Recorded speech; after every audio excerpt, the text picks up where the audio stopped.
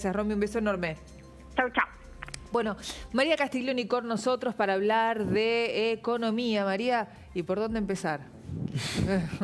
La verdad que hay muchos temas. Hay mucho, ¿eh? Muchos temas y muchos temas se están discutiendo, pero si querés te diría acá, por un lado tenemos la confirmación del diagnóstico que veníamos viendo con los datos que salieron en los últimos días, ¿no?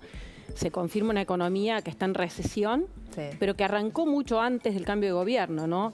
Pese al plan Platita, pese al aumento del gasto público, congelamientos de precios y todas las distorsiones que generó el gobierno y que generaron una herencia muy dura en términos no solo fiscales, sino también del Banco Central, la economía cayó 1,4 mensual en noviembre, o sea, mes a mes, con casi todos los sectores en retroceso y nos está salvando el sector agropecuario que está recuperando después de bastante tiempo, y el impulso del gasto público y una inflación que ya en aquel momento no había dado respiro.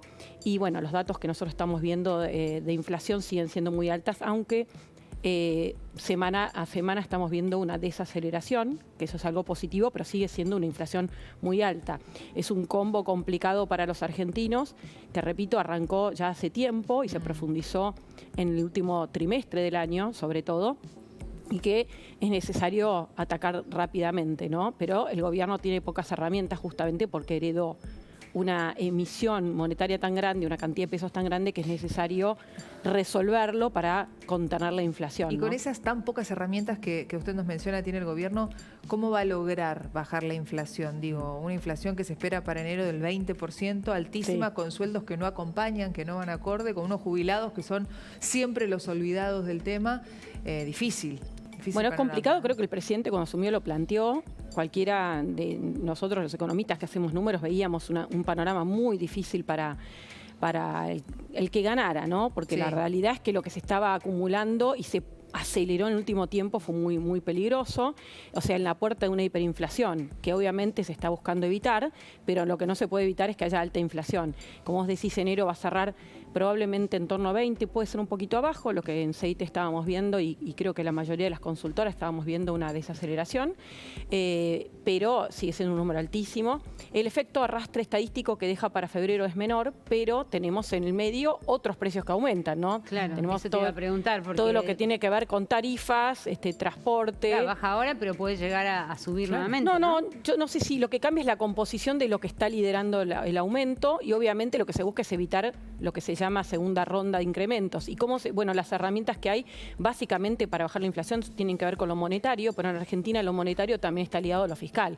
Por eso creo que es tan importante y es lo que hoy, te diría, los mercados reflejaron un poco de pesimismo, el tema del equilibrio fiscal, ¿no? Porque Sí. la base para poder estabilizar en Argentina y para que bajen las expectativas de inflación es que efectivamente el gobierno tenga equilibrio fiscal. ¿Por qué es esto?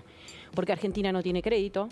Tenemos un riesgo país de casi más de 1.900 puntos básicos. Hemos sistemáticamente caído en default, reestructurado, cambiado las condiciones y nadie nos quiere prestar. En el mercado interno, el mercado de deuda está saturado por el gobierno y no hay crédito al sector privado y tampoco hay ahorro, ¿no? Después de tanto tiempo de kirchnerismo se desincentiva el ahorro con cambios de regla permanentes. Y entonces el gobierno lo que acudió es a la emisión monetaria, Claro, básicamente en este claro. tiempo. Por eso es tan importante el equilibrio fiscal, para asegurar, no solo decir, bueno, creo que Milei está convencido, no, nadie cree si las medidas que toma no van acorde con eso, ¿no? Por eso es tan importante el equilibrio fiscal, no solo ante el pago de intereses, sino luego del pago de intereses. Y arrancamos con un número fiscal que se conoció la semana pasada, el cierre del año pasado, de más de 6% del PBI el déficit. O sea, un agujero enorme que se tuvo que financiar y por eso los problemas que tenemos. Pablo, ahora Sí. ya le preguntás a María, pero quiero que compartamos todos las declaraciones del vocero Manuel Adorni, haciendo referencia a las declaraciones del ministro Caputo y cuál es el objetivo del gobierno, que es el déficit cero. Por eso la decisión de ellos de erradicar de la ley ómnibus el paquete fiscal para, dijo Adorni, que se apruebe cuanto antes y que deje de ser una excusa esta situación y que se siga dilatando. Miren. Por supuesto que este gobierno reafirma el camino hacia el déficit cero, un compromiso que es absolutamente irrenunciable, ya lo he comentado en varias oportunidades, también el presidente y los diferentes ministros, ese es nuestro norte y no lo vamos a modificar. Entendemos que esto va a facilitar y allanar definitivamente el camino para la aprobación de la ley. Ya no hay razón para que se siga retrasando. Y había surgió alguna duda con respecto al anuncio que iba a pasar con la ley de ingresos personales, lo que se conoce popularmente como la nueva ley de ganancias, también se retira del debate. Ahí estaban las declaraciones del vocero, Pablo. Bueno, justamente haciendo referencia a la búsqueda del déficit cero, que es el objetivo del gobierno, sobre todo del plan de Luis Caputo en diciembre, cuando presentó las metas de 2024, un 1,4% es lo que va a dejar de recaudar en términos de PBI frente a, por ejemplo, retenciones, ganancias, bienes personales, moratoria y el blanqueo que se retira del capítulo fiscal a partir de la decisión y la búsqueda de consensos con la oposición.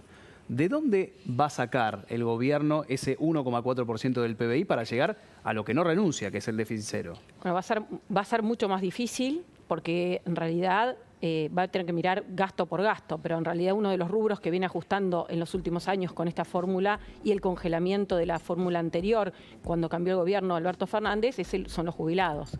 Con lo cual acá hay un problema. Se retira el capítulo previsional, pero entonces queda la fórmula previa. Ahí el gobierno va a tener un ahorro en la medida en que en los primeros meses hay una inflación alta y los jubilados van a cobrar menos.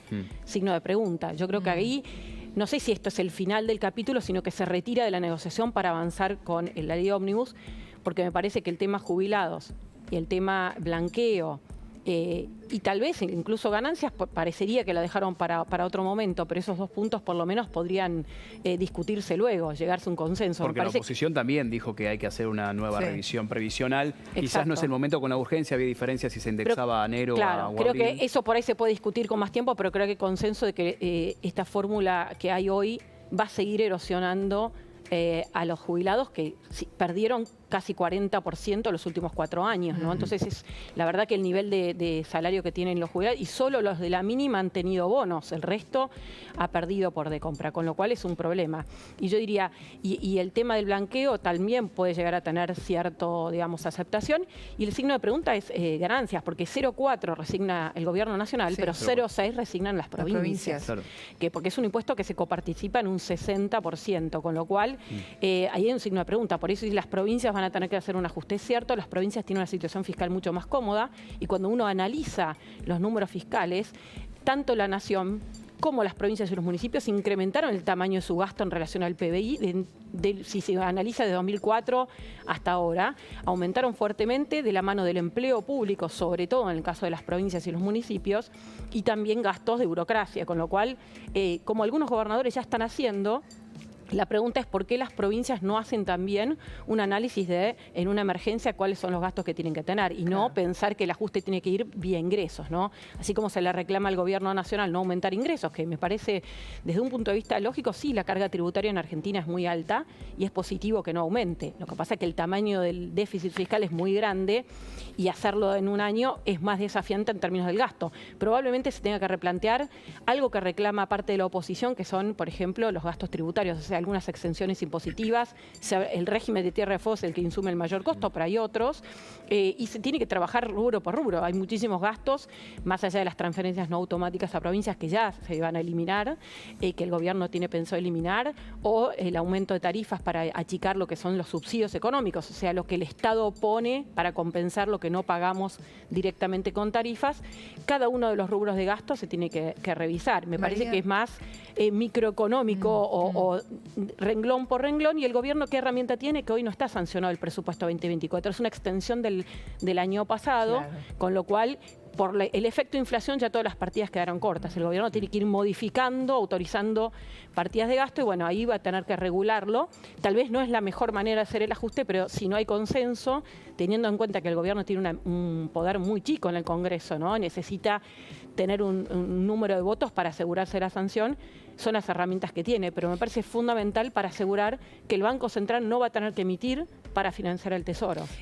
Bueno, y después quiero preguntarle sobre la dolarización, porque a veces parece que o sea, dolarizar la economía sea la solución a todos nuestros problemas. Estuvo Ramiro Marra hace unos días y nos confirmó que sí, que se va a dolarizar, que no es ya la prioridad, pero se va a terminar haciendo. Pero hablando de consumo específicamente, a mí lo que me preocupa es la gente que nos está mirando y dice, bueno, ¿cuándo el peso me va a volver a rendir en el bolsillo? Porque ahora lo que hay es una baja en el consumo total, porque la gente no tiene dinero para comprar.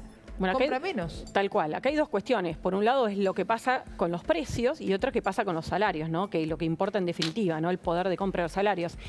La realidad es que Argentina ha venido en caída libre porque cuando uno analiza, desde hace 12 años que la economía no crece. O sea, desde 2011 que la economía no crece sostenidamente. Claro. Y cuando lo vemos por habitante cayó casi 12% el PBI por persona. Por lo tanto, es muy difícil que los salarios le ganen en inflación, porque eso es una parte fundamental o reflejo de lo que pasa con la economía. Y cuando uno mira la cantidad de producción por trabajador, que es lo que releva el INDEC, cayó casi 20% la productividad. Lo que hay que hacer es cambiar esto para lograr recuperar los salarios. Una variable importante en el corto plazo va a ser que la inflación desacelere y de la mano de las paritarias que se van reabriendo pueda empezar a compensarse la pérdida. Pero si la economía no empieza a crecer, si la economía no es más productiva, es decir, las empresas no puedan producir más con lo mismo, es muy difícil que puedan pagar mejores salarios, salvo alguna recuperación puntual, pero no lo puede sostener en el tiempo, no se sostiene en el tiempo. Por eso también la ley de bases y el DNU apunta a bajar costos y regulaciones que quitan productividad a la economía. De hecho, hoy salió también, de la mano de lo que había sido el DNU, una reforma muy importante de comercio que quita muchísimas, más de 60, casi 70 normativas, que cuando uno las analiza, esto en el sector privado, en las empresas, implica tener gente específica para informar, para buscar información que ni ellos mismos analizan para su propia toma de decisiones, para presentarle al gobierno, que en definitiva no sirven para absolutamente nada. Y es todo gasto. O sea, hay que trabajar muchísimo en bajar los costos de todo punto de vista. Cuando uno lee las normativas se olvida de lo que eran. O sea, es una locura la cantidad de normas que habían y que se han multiplicado en los últimos 4 años, porque muchas son más viejas, pero muchas son de los últimos 4 años, incluso del año pasado, ¿no? Pretender que el Estado, que a su vez para poder recibir esa información ha tenido que generar oficinas y burocracia para recibir información que no puede ni procesar y que a la larga no sirven para tomar decisiones ni probaron claramente que no sirven para bajar la inflación, para mejorar la competencia. Mencionabas paritarias, ¿no? Y es el objetivo, ¿no? Recomponer salarios frente a una inflación del 25,5 de diciembre, seguramente por encima o cerca del 20 de enero, el primer trimestre de 2024, el más caliente del año. Es contrafáctico, ¿no? Pero te quisiera preguntar por tu expertise.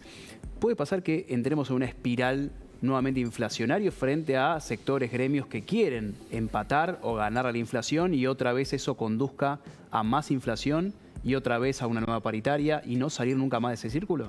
Yo te diría que hoy los salarios están muy atrasados, entonces no debería, porque en definitiva están corriendo los precios adelante de la inflación, más allá de algún caso muy puntual o microeconómico, esto es más micro que macro. Pero en realidad, como el gobierno no lo convalida monetariamente, o sea, si cumple con la meta fiscal y trabaja en absorber los pesos que hay dando vueltas, que es todo un saneamiento del balance del Banco Central, que es un proceso que está en marcha pero que lleva tiempo, en definitiva esto no debería ocurrir, más allá de que por ahí tarde un poquito más. La clave es que haya credibilidad y que haya expectativas, o sea, la gente vea que efectivamente la inflación va a bajar y lo crea, y después cuando la demanda no lo convalida, está pasando ahora con muchos precios. Lo estamos viendo incluso en precios de consumo masivo, pero también en electrodomésticos, en ropa, que habían aumentado mucho, y al haber caído abruptamente la demanda, finalmente los precios bajan. Tienen que bajar, lo que pasa es que no estamos acostumbrados nosotros como sociedad, no tenemos esa dinámica.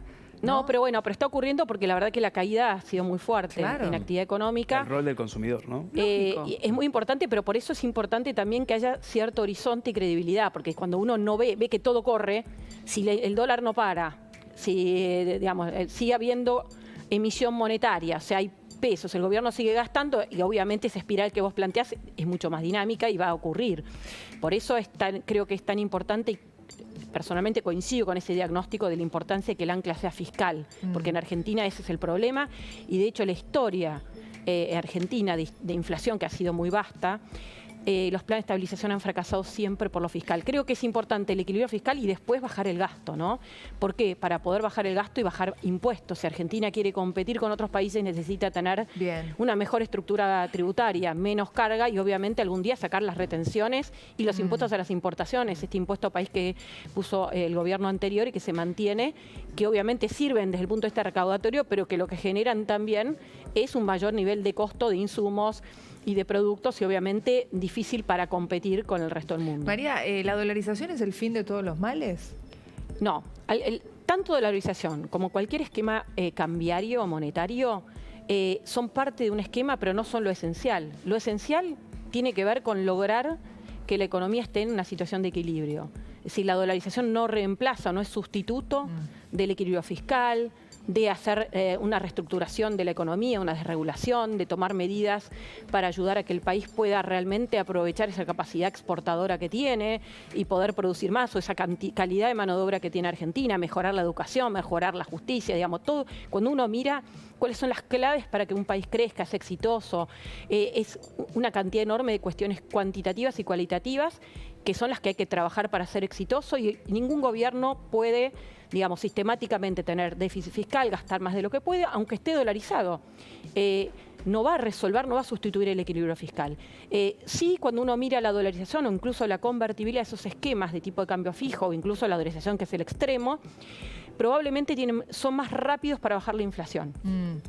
Y le quitan por completo al gobierno una herramienta que es la de financiarse con el Banco Central. Ahora, hay otros países que han logrado no financiarse con el Banco Central y bajar la inflación de otra manera, que es la mayoría en realidad. Nuestros vecinos, Brasil, Uruguay, Chile tiempo antes, ¿no? México, Colombia, Perú, tienen esquemas de metas de inflación, tienen moneda propia, un banco central independiente, algunos lo han hecho por constitución, o sea, han hecho una adenda constitucional que da independencia al Banco Central, otros no, pero sí tienen digamos, un respeto por esto. Incluso gobiernos de centro-derecha y de centro-izquierda no han metido, digamos, no se han metido en eso y ha ayudado a sostener su propia moneda. Han logrado salir de la hiperinflación, como el caso de Brasil, por ejemplo, que tenía, digamos, episodios de hiperinflación hasta principios de la década del 90 y han logrado de esa manera salir adelante. Lleva más tiempo y requiere, obviamente, que se cumpla con esto, que los gobiernos dejen de usar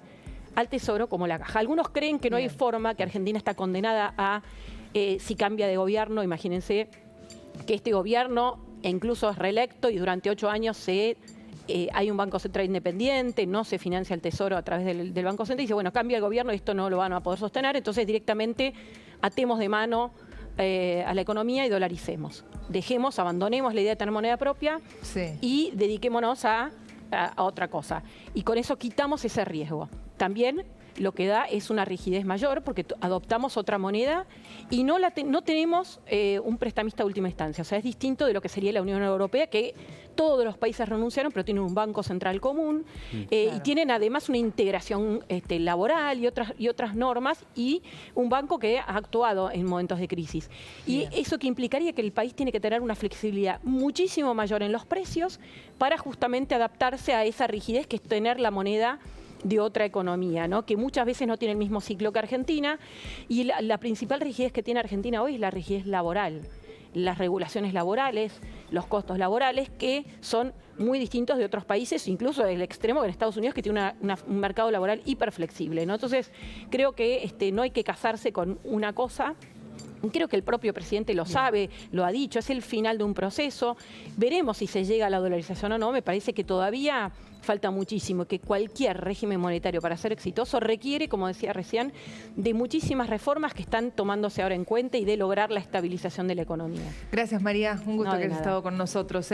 Cambiamos de tema, ¿por qué? Porque lamentablemente